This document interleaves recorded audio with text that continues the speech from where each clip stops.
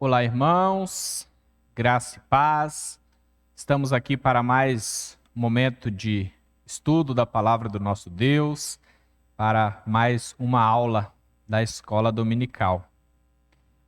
Vamos estar orando nesse momento, suplicando que nosso Deus esteja falando conosco, nos instruindo. Senhor nosso Deus, nós agradecemos porque até aqui Tu tens nos abençoado. Peço que Tu estejas me abençoando, ó Deus, me iluminando, a fim de que eu transmita a Tua palavra com clareza, com fidelidade, e que os irmãos, todos aqueles que irão ouvir essa aula, estejam sendo edificados, transformados por intermédio da mesma. Fale conosco por intermédio da Tua palavra, Senhor. No nome de Jesus oramos. Amém. Irmãos, vamos tratar hoje a respeito da quarta lição da nossa revista: continuidade e descontinuidade entre os testamentos. Então, o texto base, Gênesis 15, 1 a 6, daqui a pouco nós estaremos lendo esse texto no momento apropriado. Então, dando assim continuidade ao nosso estudo no Antigo Testamento, a respeito do Antigo Testamento. No próximo slide, nós temos a lição em uma frase. A continuidade soteriológica e ética evidencia o pacto da graça e do evangelho no Antigo e no Novo Testamento. A descontinuidade dos sacrifícios e das leis cerimoniais não atrapalha em nada a compreensão do evangelho de Cristo. E aí nós temos também alguns objetivos para a aula. Compreender a importância do Antigo Testamento a partir da sua ligação com o Novo Testamento. Entender que os elementos de descontinuidade entre os testamentos não abalam a autoridade do Antigo Testamento para os cristãos. Então, tendo dito isso, nós vamos agora, no próximo slide, ver a introdução da nossa aula. O Novo Testamento está escondido no Antigo, ao passo que o Antigo é desvendado no Novo. Temos uma frase famosa aí de Agostinho de Hipona que nos esclarece um pouco a respeito dessa questão. O fato, meus irmãos, é que existe uma ideia equivocada, inclusive no meio evangélico, e ela pode ser descrita com algumas frases. Por exemplo, isso é coisa do Antigo Testamento. Não está mais valendo para nós. Não vivemos mais debaixo da lei, mas debaixo da graça. Então há esse desprezo para com o Antigo Testamento, infelizmente, até mesmo dentro do contexto evangélico. Mas o fato é que quem afirma esse tipo de coisa, o entendimento é de que os testamentos, eles falam a respeito de assuntos e doutrinas diferentes. Mas isso não é verdade. Nós temos visto já aqui alguns domingos, e vamos continuar vendo no decorrer das lições, e hoje também, que isso não faz sentido. Desde o início da história da igreja, alguns dentre os pais, os antigos pais, aqueles conhecidos como os pais da igreja, homens de Deus que viveram no segundo século, a partir do segundo século, e eles, desde estes servos de Deus, que são aqueles que vieram depois dos apóstolos, há esse propósito, essa luta para demonstrar essa continuidade entre o Antigo e o Novo Testamento. Então, desde ali do começo, aqueles servos de Deus que vieram logo depois dos apóstolos já tinham essa compreensão de que precisavam compreender e ensinar a palavra de Deus a partir dessa ideia de continuidade entre os testamentos. Esse tema também, no decorrer da história, ele continuou sendo tratado, mas nós vamos ver esse tema muito presente no período da Reforma Protestante. Calvino, por exemplo, ele disse o seguinte: o pacto de todos os ancestrais em nada difere do nosso em substância e na própria realidade, o qual, em última instância, é um e o mesmo. Varia-lhes, no entanto, a forma da dispensação. E no No próximo slide, nós vamos ver o primeiro ponto que fala sobre a continuidade soteriológica. Continuidade soteriológica entre os testamentos. Talvez essa palavrinha soteriológica soe estranho, mas nada mais é do que a continuidade no que diz respeito à doutrina da salvação. Então, quando falamos de soteriologia, estamos falando sobre a doutrina da salvação, sobre a questão da salvação, que é essa continuidade no que diz respeito ao Antigo Testamento e também para com o Novo Testamento. Então, meus irmãos, existem interpretações equivocadas, segundo as quais no Antigo Testamento a salvação acontecia pelas obras, dependendo da fidelidade das pessoas à aliança divina. Então, muitos vão dizer o seguinte, olha, se a pessoa não obedecesse às leis que Deus dava, então ela não era salva. Então, no Antigo Testamento funcionava dessa forma. Mas quando nós pegamos o próprio Antigo Testamento, todos os livros, desde Gênesis, e vamos lendo, compreendendo, interpretando corretamente, nós vamos entender que tanto no Antigo Testamento, assim como no Novo, a salvação sempre ocorreu única e exclusivamente pela graça de Deus. Nós vamos ver a graça de Deus presente, desde Gênesis até Apocalipse. Nunca foi pelas obras humanas.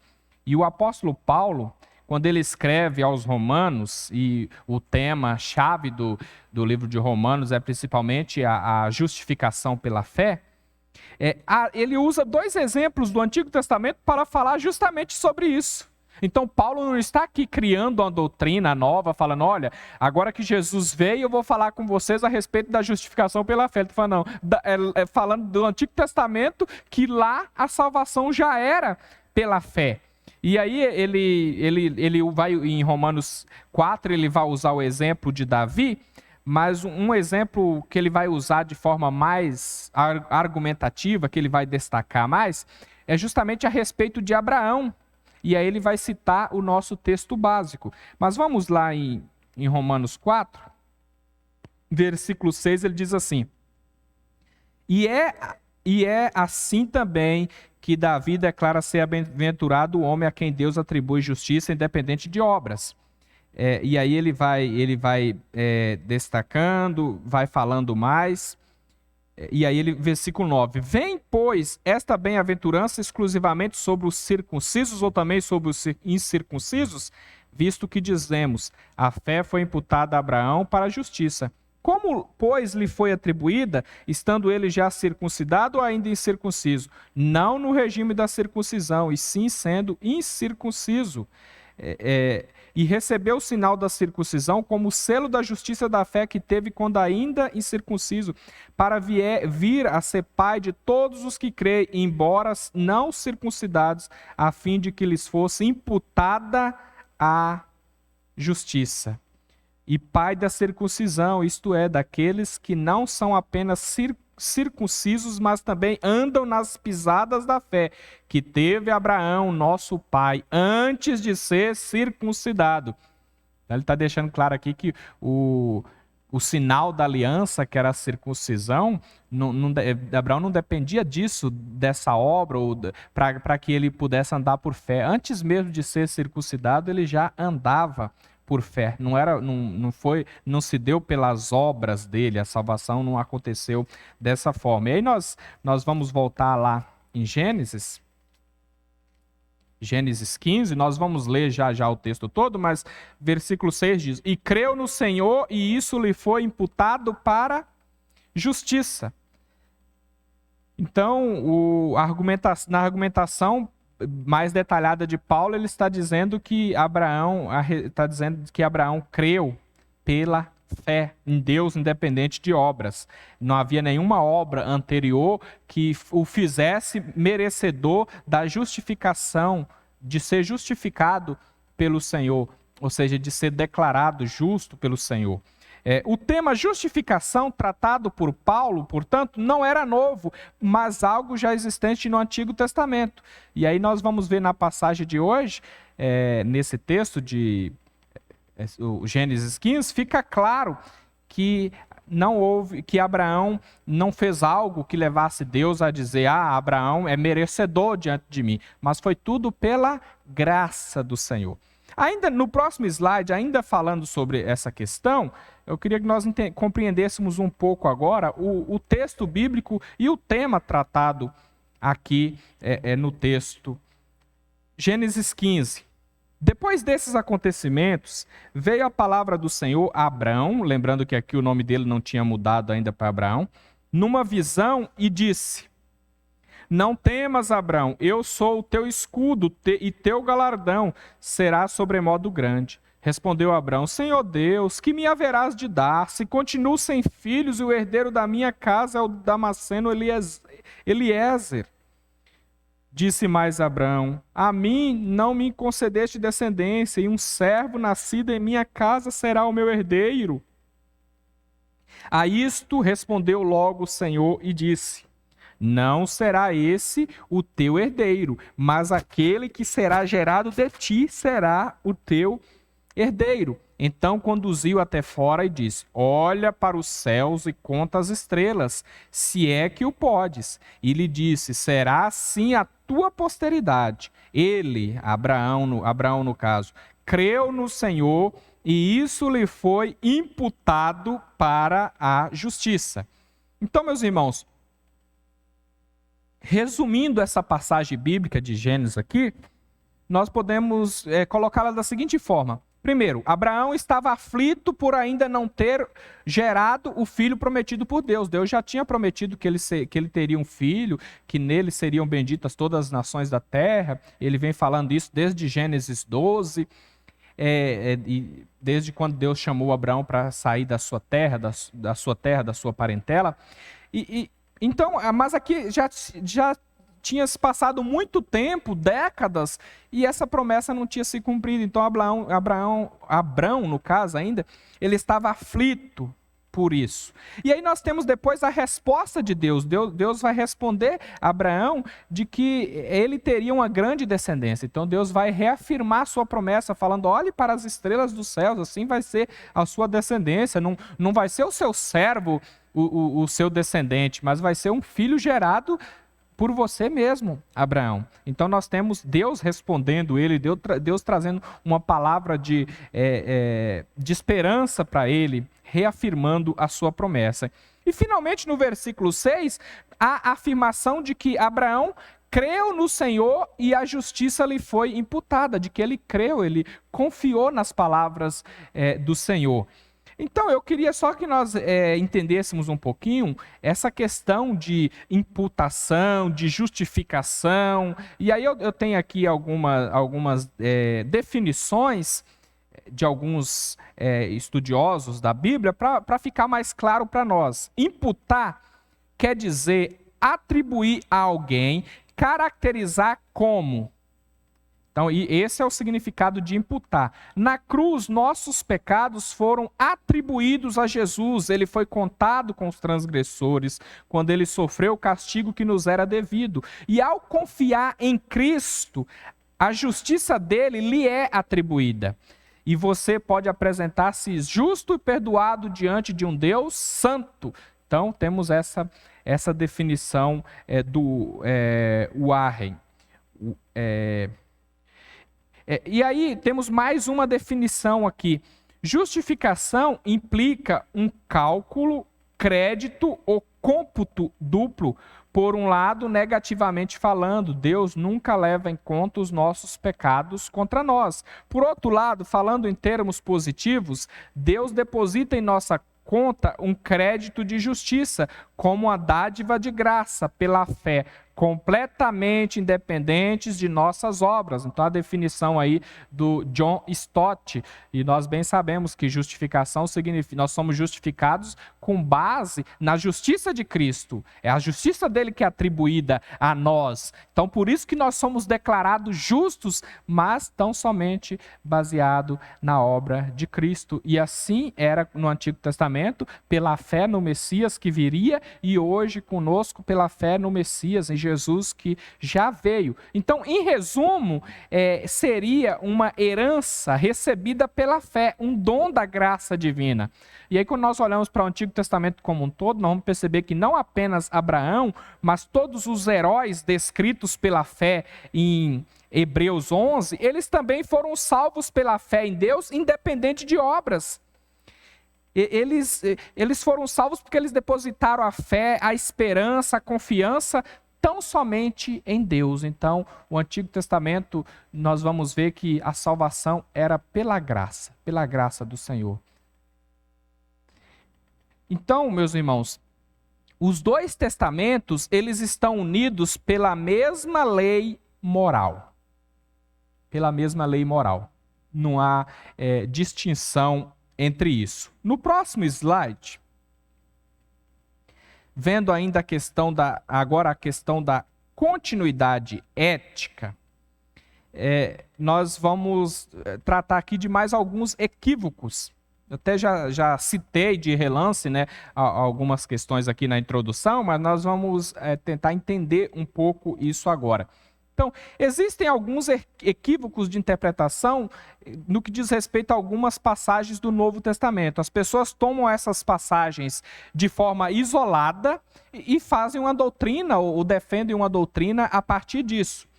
E um texto claro que vai exemplificar isso é Romanos 6,14. Não estais debaixo da lei, mas sim da graça.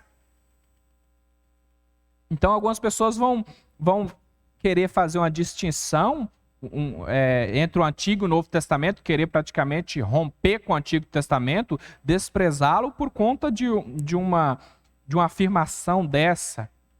Mas é importante nós entendamos isso. Sproul, ele explicou que Paulo aqui estava dizendo o seguinte, que não estamos mais sob a lei ou debaixo da lei, no sentido de estar sob o temor, o peso e a carga da lei.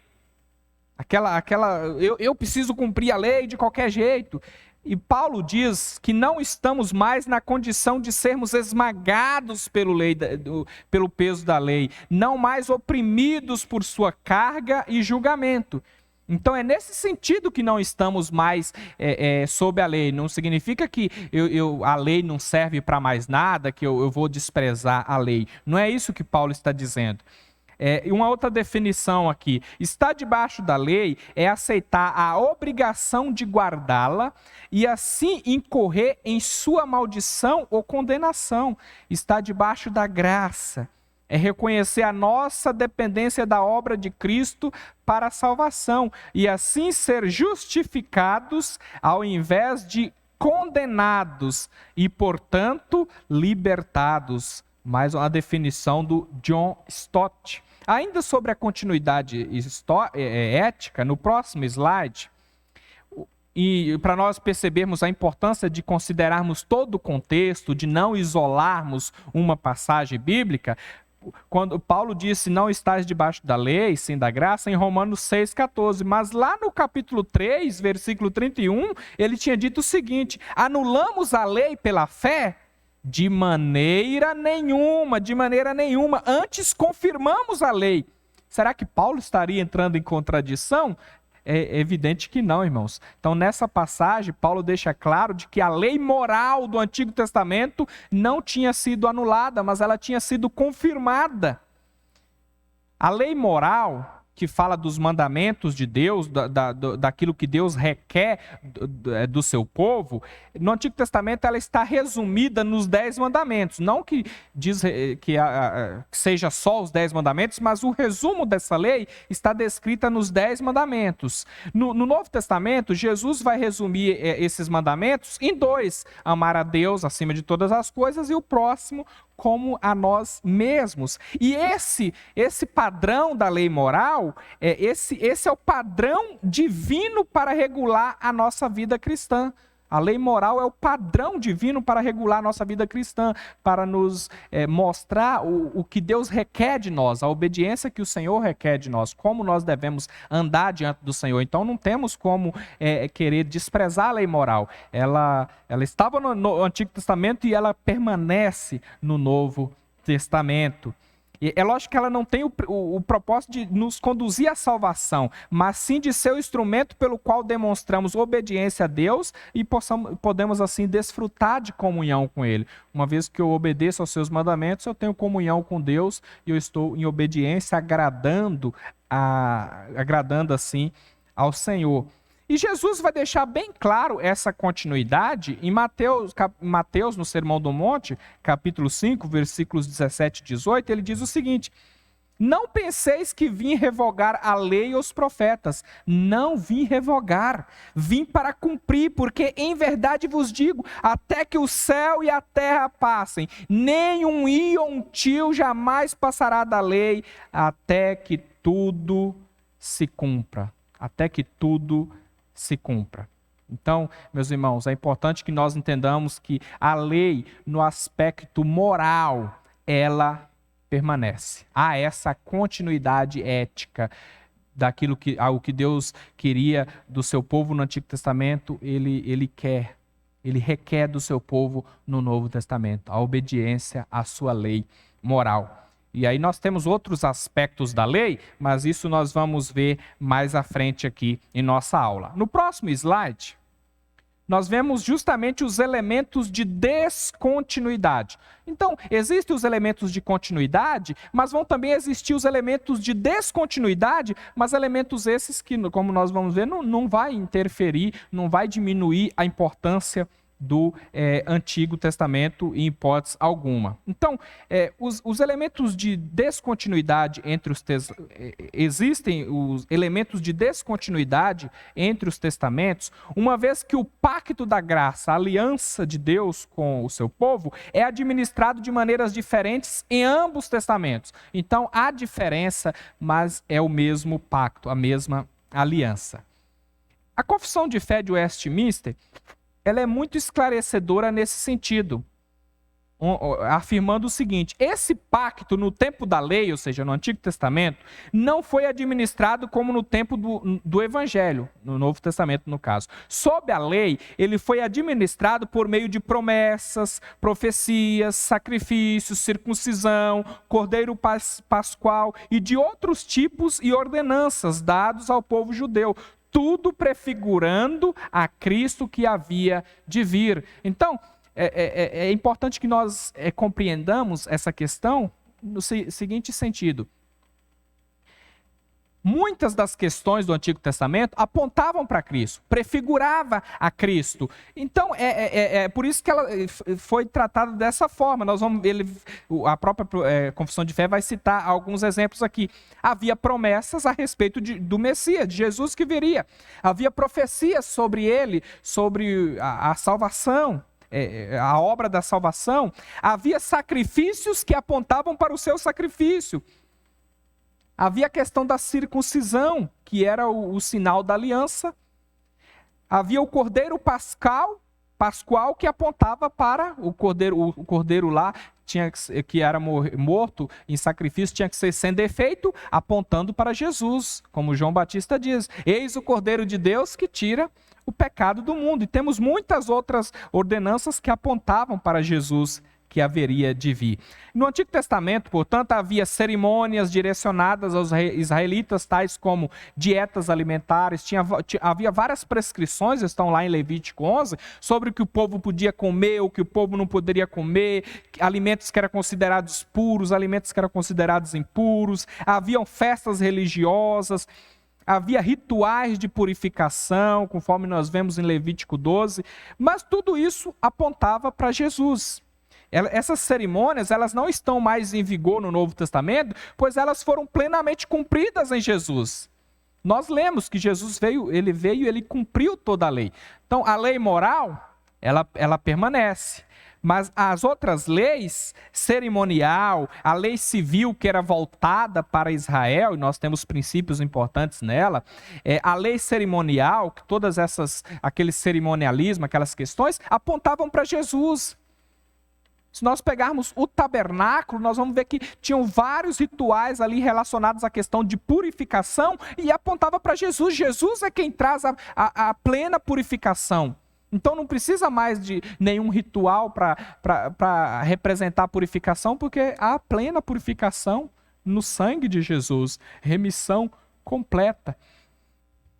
Então é importante que nós entendamos isso, ter a figura aqui no slide que mostra isso, né? A lei moral e a questão da lei cerimonial que apontava para Jesus e que Jesus cumpriu tudo o que estava na lei. Então por isso que nós não precisamos mais ter determinados rituais em nossos dias. Ainda sobre essa questão, no próximo slide, nós vemos o seguinte: havia também no Antigo Testamento sacrifícios e holocaustos, mas que não são mais necessários no Novo Testamento, porque eram apenas sombras do sacrifício perfeito de Cristo. Então, de certa forma, já falei um pouco sobre isso, mas quando nós olhamos para Hebreus, o livro, a carta aos Hebreus, o autor ali, ele vai descrever em detalhes todo esse cumprimento por intermédio de Jesus. Ele vai dizer que, em Hebreus 10, 4, é impossível que o sangue de touros e bodes remova pecados, ou seja, eles tinham que sacrificar os animais lá, mas aquilo apontava para o sangue de Cristo Jesus. Uma vez que ele veio, não precisamos mais sacrificar animais. Tendo oferecido para sempre um único sacrifício pelos pecados, assentou-se à destra de Deus, porque com uma única oferta aperfeiçoou para sempre quantos estão sendo santificados. Hebreus 10, 12 e 14. Então, irmãos, que bênção! Hoje nós não precisamos mais sacrificar animais no culto. Você não precisa mais levar um animal lá até o sacerdote para que ele pudesse sacrificar aquele animal. Ali você confessava os seus pecados e também tinha alguns animais que você levava ali para oferecer, eram sacrifícios de gratidão a Deus. Hoje nós não precisamos mais disso, porque Jesus, ele foi até a cruz, e foi o sacrifício perfeito, purificou todos os nossos pecados, por isso nós temos Ele como nosso mediador, descansamos no sacrifício dele. E além disso, Ele é o nosso sacerdote, Ele é o sumo sacerdote, que abriu, o véu rasgou-se em dois, Ele fez com que nós tivéssemos livre acesso a Deus. O livre acesso é por intermédio dele, não é mais por intermédio de outro sacrifício qualquer. O único sacrifício que nós devemos prestar a Deus hoje é o sacrifício de louvor, que é o fruto de lábios que confessam o seu nome, que confessa o nome de Cristo Jesus. O sacrifício que temos que realizar é vivermos para o Senhor, é termos uma vida voltada para Jesus, uma vida de gratidão por tudo que Ele fez, faz e fará em nossa vida. Tendo visto um pouco disso, eu queria, no próximo slide, tratar um pouco a respeito já a nível de conclusão, sobre o que nós vimos até aqui. Nessa lição, foram descritos 2 exemplos de descontinuidade entre ambos os testamentos. Mas isso não prejudica em nada o Antigo Testamento, apenas ressalta a importância de Jesus em toda a Bíblia. A importância de Jesus, tudo apontava para Jesus. Então eu posso olhar para o Antigo Testamento e para todas aquelas questões que eram necessárias lá e louvar a Deus porque Jesus cumpriu tudo aquilo por mim. Então, em hipótese alguma, vai tirar a importância, o valor do Antigo Testamento, muito pelo contrário, ressaltar a importância da pessoa e da obra de Cristo em toda a Bíblia, em todo o tempo. Então, os elementos de continuidade, na verdade, eles são muito mais decisivos do que os de não continuidade. E eles são decisivos para que possamos dar ao Antigo Testamento o valor que esse merece. No Antigo Testamento, há a revelação do Evangelho da graça em Jesus Cristo. Irmãos, que nós não venhamos ter uma ideia equivocada de que no Antigo Testamento não havia a graça de Deus, não havia o Evangelho da graça. Havia sim, ele já está presente lá. Nós vimos nessa passagem hoje de Gênesis 15, versículo 6, ali nós vemos claramente o Evangelho da graça de Deus, onde a justificação é pela fé. E pela fé no Senhor. É tudo relacionado à graça. O evangelho da graça, ele não estava tão claro ali, mas ele estava prometido e prefigurado. A revelação do evangelho da graça em Jesus Cristo estava prometido ali, estava prefigurado, apontando para Cristo Jesus. Nós podemos ver a graça. Quando você olha lá as figuras, Cordeiro sem defeito sendo sacrificado, nós vemos a graça de Deus, porque ali está apontando para Jesus que viria. Nós olhamos para o tabernáculo, nós olhamos lá para a bacia de lavar que tinha ali, toda, ela está apontando também para Jesus que traria a purificação, toda a purificação. Os rituais, quando nós vemos lá de aspergir as coisas com sangue, apontavam para Jesus, a purificação em Jesus, que é a purificação plena, completa. Inclusive, aqueles rituais de purificação aspergindo o sangue nos objetos, o nome que o Novo Testamento dá para aquilo é batismo. Justamente batismo. E hoje nós temos o batismo que aponta para o sangue, para a purificação que nós temos em Cristo Jesus. Então, muitas pessoas no Novo Testamento foram evangelizadas por intermédio dessa coleção de livros maravilhosos. Na época de Jesus, na época dos apóstolos, o Novo Testamento não tinha sido composto ainda. Estavam escrevendo, os apóstolos foram escrevendo, homens inspirados por Deus foram escrevendo o Novo Testamento, mas as pessoas eram evangelizadas por intermédio do Antigo Testamento. Nós vamos ver um exemplo claro de Estevão pregando o evangelho do Antigo Testamento, mesmo assim foi apedrejado. Jesus durante seu ministério, pregou a palavra de Deus no Antigo Testamento. Nós vamos ver os apóstolos fazendo isso e falando ainda do evangelho no Antigo Testamento. Algumas pessoas vão chamar, inclusive, o livro de Isaías, do profeta Isaías, do Evangelho do Antigo Testamento, porque é um livro, por exemplo, que aponta muito para a pessoa e para a obra de Cristo. Mas depois nós vamos ter um momento para falar sobre uma lição, para falar especificamente sobre os profetas maiores, nos quais inclui-se Isaías. O que vemos no Novo Testamento é o progresso da história da redenção, é a revelação progredindo e aumentando, ficando mais clara, e não a negação do evangelho já presente no Antigo Testamento. Então, a revelação ela é progressiva.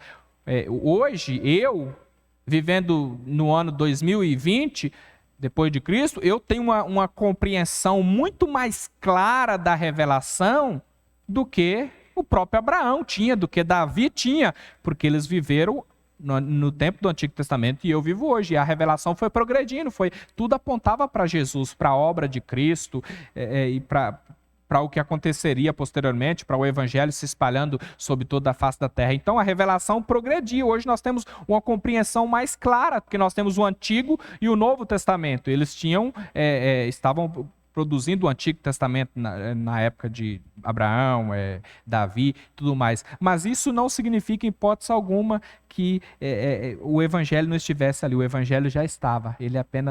A revelação foi progredindo até finalmente em Cristo Jesus, e hoje nós temos uma compreensão muito mais clara, mas já estava no Antigo Testamento. Na aplicação, meus irmãos, vamos trazer algumas questões práticas para as nossas vidas. Diante de tudo que vimos hoje, as perguntas que ficam para nós são: temos enxergado claramente o Evangelho da Graça no Antigo Testamento? Você tem lido o Antigo Testamento e tem visto o Evangelho da Graça presente ali? É importante nós refletirmos a respeito disso. Conseguimos perceber e reconhecer a importância da continuidade entre o Antigo e o Novo Testamento? Ou será que nós dizemos, não, isso aqui foi coisa do Antigo Testamento, agora é tudo diferente? Não. Será que nós temos conseguido enxergar essa continuidade? Que nós, meus irmãos, sejamos agradecidos, gratos a Deus pelos elementos de descontinuidade, pois eles já foram cumpridos em Jesus por amor a nós. Então, Nós devemos agradecer que nós não precisamos mais ir lá sacrificar o animal, não precisamos fazer vários rituais como eles precisavam, o povo do Antigo Testamento, porque Jesus já fez e nele já se cumpriu toda essa questão cerimonial. Então nós devemos agradecer pelos elementos de descontinuidade sem desprezar o Antigo Testamento. Não precisamos mais sacrificar cordeiros sem defeito, porque Jesus é o Cordeiro de Deus que tira o pecado do mundo. Glória a Deus por isso, meus irmãos. Que sejamos apegados ao Antigo e ao Novo Testamento, uma vez que por causa dos elementos de continuidade, podemos perceber de maneira plena a maravilhosa graça do Senhor para conosco. Nós percebemos desde lá de, como nós falamos alguns dias atrás, desde lá de Gênesis, no capítulo 3, quando Deus fala da semente da mulher esmagando a cabeça da serpente, ali nós vemos o primeiro evangelho apontando para o Senhor Jesus, e assim nós vamos vendo em todo o Antigo Testamento. Devemos ser apegados a essa palavra de Deus, a palavra completa, Antigo e Novo Testamento. Irmãos, o Deus de Noé, Abraão, Isaac, Jacó, Moisés, Ruth, Esther, Davi, Pedro, João, Paulo, e vocês podem acrescentar essa lista, é o nosso Deus. Portanto, valorizemos os escritos deles e os escritos sobre eles em ambos os testamentos, porque tudo, em última instância, são escritos a respeito da pessoa e da obra de Cristo. Que Deus nos abençoe, que Deus fortaleça a nossa fé, que possamos ser gratos por essa graça maravilhosa do Senhor, demonstrada e transmitida no Antigo e no Novo Testamento. Que o Senhor nos abençoe. Nós vamos agora cantar o hino 19. Depois eu estarei orando e impetrando a bênção.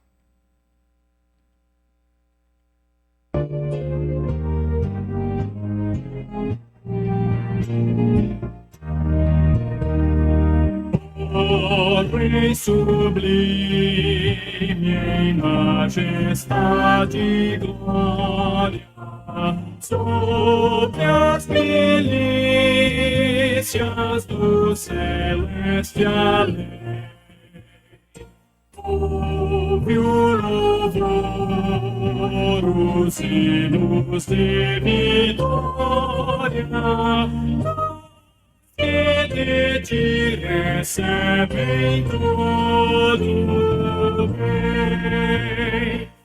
Vinde, ó remidos, filhos de Deus, cantai louvores que alcancem os céus, os altos céus. Louvor a Deus ressoam, de gratidão ao soberano amor. Os redimidos com fervor entoam, excelso do seu benfeitor. Vinde, ó remidos, filhos de Deus, cantai louvores que alcancem os céus.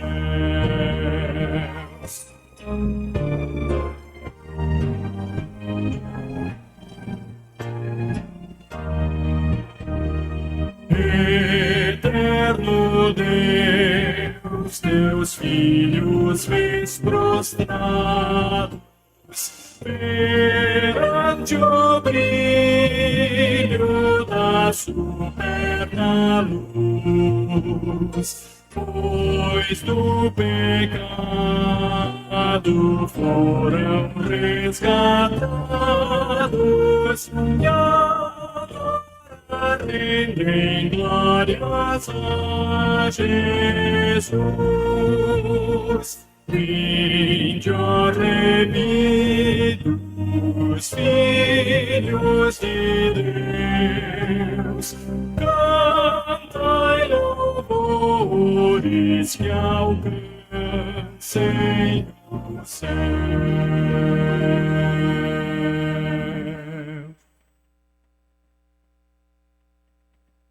Vamos orar, agradecendo a Deus por este momento. Senhor, nós somos gratos a Ti por esse momento de estudo da Tua Palavra. Que a Tua Palavra fique gravada em nossos corações. Que possamos enxergar claramente o Teu Evangelho da Graça no Antigo Testamento, Senhor. E assim valorizá-lo. E assim descansarmos em Cristo Jesus e agradecermos por tão grande salvação, por uma obra tão detalhada, um amor tão grande para conosco, Senhor. Pedimos que essa palavra fique gravada em nossos corações, que possamos aplicá-la em nossas vidas. Ser com todos, Senhor. Com todo o povo. Todo o teu povo, com cada família representada aqui da tua igreja e também com aquelas pessoas que têm acompanhado as nossas transmissões, que têm ouvido a tua palavra. Abençoa cada uma, juntamente com suas famílias. No nome de Jesus oramos. Amém. E agora, irmãos, que a maravilhosa graça do nosso Senhor e Salvador Jesus Cristo seja com todos vós, povo de Deus, presente em seus lares, sobre toda a face da terra, hoje para todos sempre. Amém. Quero agradecer todos vocês que nos assistem. Que Deus abençoe a sua vida, continue abençoando a sua família. Um abraço virtual para todos e não se esqueçam, às 18 horas, ao nosso culto de louvor e adoração ao nosso Deus, o culto presencial e também pela internet. Fiquem com Deus. Forte abraço.